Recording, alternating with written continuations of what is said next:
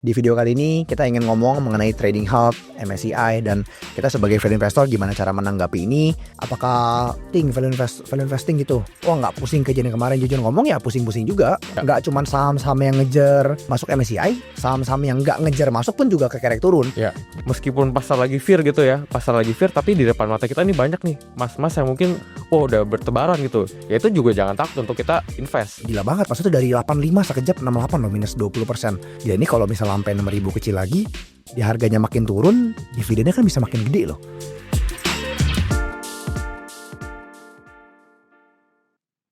Bukan grup saham yang hanya sekedar memberikan rekomendasi ataupun ikut-ikutan. You think kalian bakal dituntun dari nol, dari yang nggak ngerti apa-apa sampai bisa analisa, pilih saham sendiri dengan percaya diri. Ibarat punya private analyst yang selalu menemani perjalanan investasi kalian. Buktinya, banyak member yang udah ngerasain sendiri. Setelah join Think, nggak cuma ngerti soal saham, tapi udah bisa analisa sendiri, nyusun tesis investasi yang solid, dan tentunya memberikan hasil yang luar biasa. Lewat value investing program, kalian bakal rasain rasanya jadi member Think dan bakal dibimbing belajar value investing selama 3 minggu. Tentu selama proses tersebut, kalian bisa berdiskusi langsung di private group kami bersama dengan analis-analis kami. Program ini akan diadakan selama 5 sesi. 4 sesi pertama akan diadakan secara online dan sesi terakhir akan diadakan secara onsite di bulan Februari nanti. Yuk, join sekarang karena program ini kita batasi hanya untuk 50 peserta saja. Dan per hari ini hanya sisa 10 kursi lagi untuk join workshop onsite-nya. Klik link di bio dan mulailah perjalanan investasimu bersama Think. Let's think, then we'll earn together. Halo teman-teman, welcome to Chatting. Di video kali ini kita ingin ngomong mengenai trading halt, MSCI, dan kita sebagai value investor gimana cara menanggapi ini. Apakah ini fear ataukah malah ini memang kesempatan? Teman-teman nonton sampai habis kalau mau tahu pandangan kita mengenai konteksnya MSCI ini, ARB, trading halt, dan apa yang harus kita lakuin. Oke, mungkin kita sedikit konteks aja, kita nggak bakal bahas banyak teknis mengenai MSCI-nya. Saya rasa teman-teman juga yang nonton ini udah pasti tahu lah kejadiannya apa. MSCI katanya mau downgrade Indonesia menjadi frontier.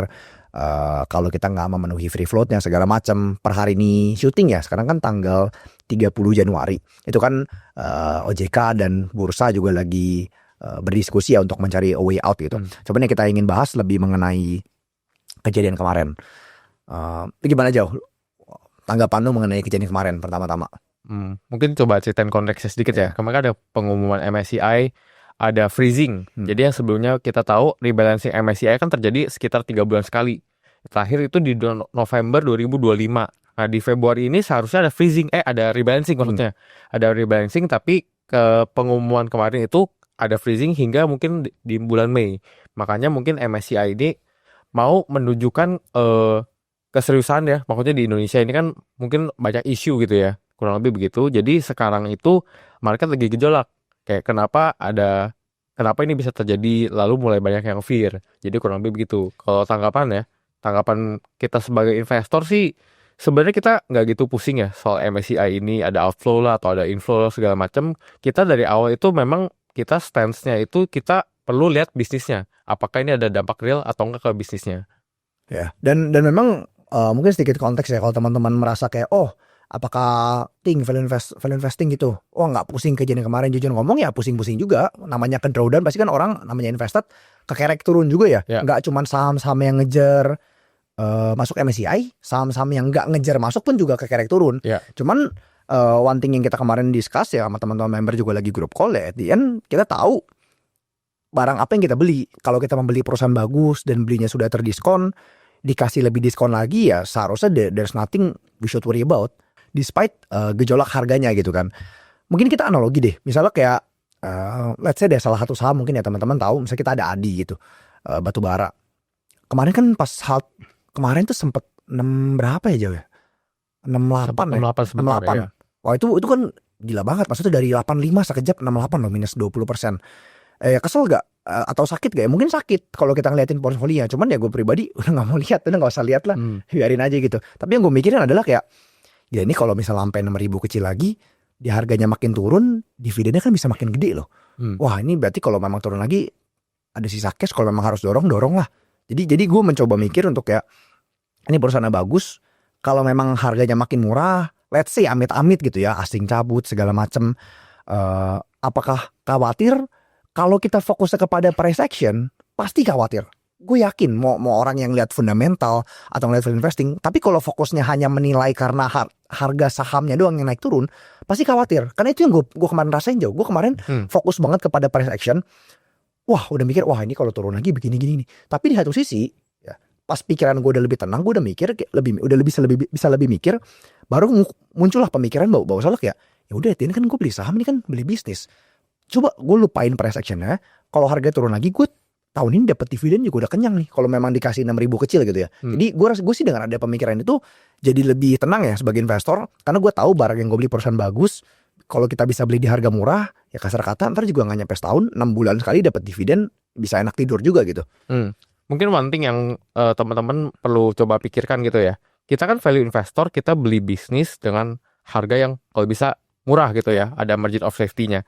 Kalau kita misalkan bisnis, let's say kita ada misalkan tambang batu bara deh, P4, P5, artinya kita menikmati bisnis return sekitar 20-25% per tahun. Anggap deh kita nggak bisa dapetin capital gain, misalkan market ini lagi kurang bagus, jadi harga saham nggak kemana-mana. Tapi memang dari awal, kalau kita perspektifnya kita lihat dari segi pemilik bisnis gitu ya, kita kan nikmatin bisnis return-nya. Misalkan bisnis itu terus menghasilkan laba, lalu bahkan labanya itu sebagian besar dibagikan ke dividen. Itu kan real return yang sebenarnya kita sebagai investor milikin. Jadi I think kalau kita sebagai value investor, kita nggak terlalu pusing sebenarnya sama yang gejolak harga. Malah kadang-kadang bisa diuntungkan kalau misalkan harganya itu turun jadi ada diskon yang lebih besar. Ya, tapi kita perlu fokus ke bisnisnya sebenarnya. Jadi apakah bisnisnya ini terdampak atau tidak misalnya. Lalu apakah bisnis ini bisa tumbuh atau enggak, kurang lebih seperti itu. Jadi kita cukup lihat dari bisnis returnnya itu juga perspektif yang saya rasa sih perlu teman-teman coba pikirkan gitu. Ya, jadi balik lagi kalau mengenai trading halt, MSCI ataupun lagi ada crash, mungkin ada 2 tips ya buat teman-teman. Yang pertama itu pasti harus pastiin perusahaan yang kita beli memang perusahaan bagus yang dalam jangka waktu panjang itu memang akan terus menghasilkan, bahkan kalau bisnis bisa bertumbuh lebih bagus, perusahaannya juga bersih, perusahaan juga sehat dari utang segala macam. Pasti akan selalu comeback. Perusahaan seperti ini itu udah terbukti berkali-kali, it will always bounce back. Jadi untuk kita menghadapi crash seperti ini, ya pertama-tama harus pastiin perusahaan yang kita beli adalah perusahaan yang bagus. Dan kedua, ya mungkin ini jarang kita bahas di YouTube ya, tapi teman-teman harus jaga juga mengenai money management atau portfolio management. Nah kalau lu sendiri jauh menanggapi kondisi seperti ini, kita tahu memang kan nggak ada holy grail ya, setiap orang ada caranya beda-beda. Mungkin boleh sharing nggak cara lu manage portfolio lu di kondisi seperti ini ke teman-teman yang lagi nonton? Oke. Pertama yang paling pasti kita investor itu kita nggak suka yang namanya timing the market. Ya, kita nggak tahu kapan market bisa turun atau kapan bisa naik. Tapi yang satu hal yang pasti kita itu harus stay invested. Dalam arti bukan berarti kita full all in di saham, kita full posisi di saham. Tapi kita nggak bisa juga, kayaknya market mulai agak aneh nih, kita full cash dulu. Tapi kita juga nggak bisa yang optimis terus kita full di saham gitu. Jadi memang perlu ada money management di mana porsi cash tetap ada, porsi saham tetap ada. Nah, cuman seberapa banyak sahamnya, seberapa banyak cashnya itu yang perlu kita coba pikirkan masing-masing karena ini ada faktor preferensi juga. Tapi yang pasti kita kan melihat saham ini ada yang menarik dalam artian murah atau banyak yang mahal gitu. Nah, dari sini sebenarnya kita udah bisa kira-kira kalau memang saham-saham lagi nggak ada yang murah-murah banget gitu ya, atau yang benar-benar wah ini kayaknya mosnya gede banget, ya kita nggak bisa berharap cash kita bisa di-deploy secara banyak.